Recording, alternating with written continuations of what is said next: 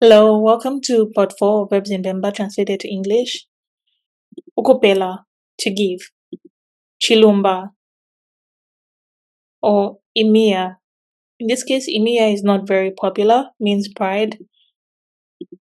Ukupuma, or Uma, to beat. Kumbwa, or Tamba, to admire. Mafisakanwa, or Ifisakanwa, is to bribe.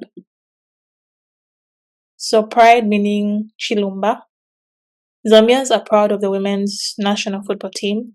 Abena Zambia baline Chilumba pakabungwe kabanakashi abatea umpila. So umpila is football, and then kawungwe is a team.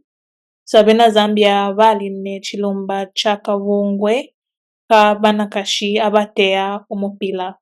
Thank you so much for watching. Please like, share, and subscribe.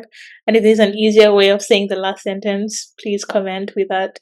Thank you so much. I'll see you again in the next video.